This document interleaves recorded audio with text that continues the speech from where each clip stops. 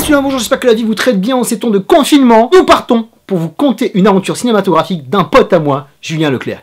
Leclerc.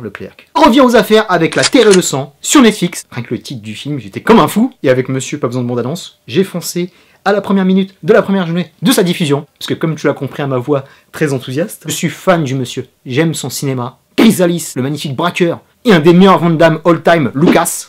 Quoi, t'as pas vu Lucas? Eh ben je suis à fond avec lui. C'est un mec qui m'a réconcilié avec le cinéma français. Il m'a prouvé qu'avec de la personnalité, beaucoup de courage et beaucoup de testicules, on pouvait faire de vrais films d'action qui n'ont rien à envier à nos amis américains ou asiatiques. Parce que la vraie force de ce monsieur, c'est qu'il a une vraie touch, un cachet unique, made in France, de par son toucher, de par sa vision. On a une vision très européenne, voire très française de tout ce qu'il fait. Les décors, la façon dont il filme l'action, et la façon aussi dont il traite ses personnages, parce que ce monsieur est au scénario, et avec son dernier opus, j'adhère toujours autant. J'ai aimé cette poésie sanglante, même si je le trouve en deçà de ses dernières productions.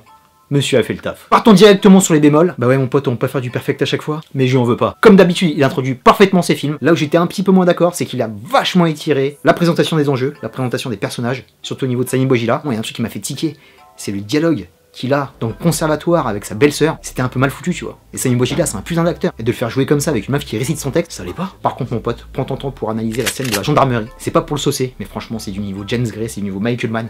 Il y a une tension, sans qu'il y ait d'action, hein. C'est juste du suspense. Il est parfait pour te mettre dans une ambiance gore, dans une ambiance glauque. On voit juste après avec la scène de la cité, parfaitement filmé. Il gère parfaitement les couleurs froides. Il n'y a pas besoin de te dire où ça se passe. Tu sais que c'est au nord de la France. Tu sais que c'est frontalier, juste par des petites phrases. Avec l'exploitation parfaite de cette forêt, ça m'a fait penser au film Les Ardennes que je te conseille. Ensuite, cette montée lancinante, step by step. Donc quelque chose qui va tourner au graveleux. Parce qu'avec monsieur, les deals se passent toujours mal, et ça se règle en général entre gangsters.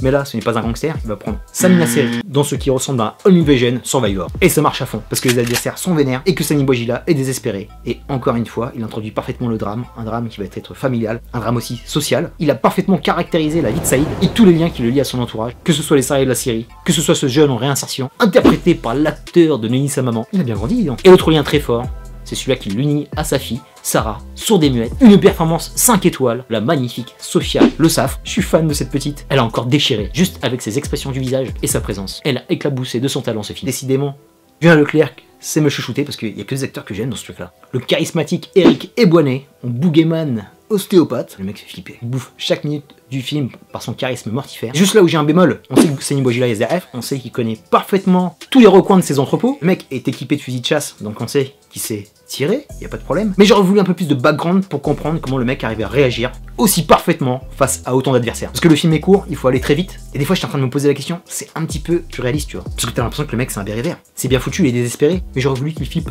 un petit peu plus. Mais c'est pas grave, c'est canon. Donc le mec va se défendre, ça va découper, les mecs vont envoyer en face. Et ce qui est très bien encore, c'est que, avec Julien, il n'y a jamais de gros stars, par Samy Bojila qui est très connu. Les autres, c'est quasi la première fois que je les vois sur un écran. À part Redouane, qui est complètement un contre-emploi, qui vient de la comédie, qui était dans Moutafokaz et qui était dans le film d'Orelsan, lui aussi très bien. Et le troisième acte est mortel.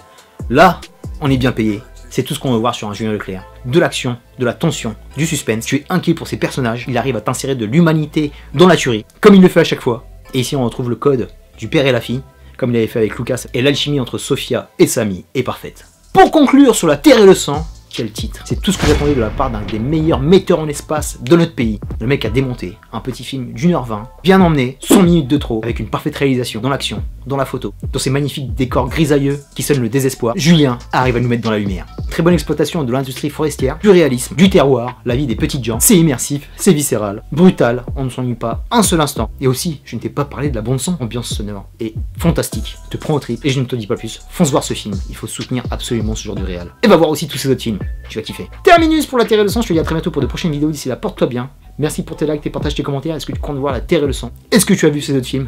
Mets-moi un petit commentaire sanguinaire. Peace, blood and love.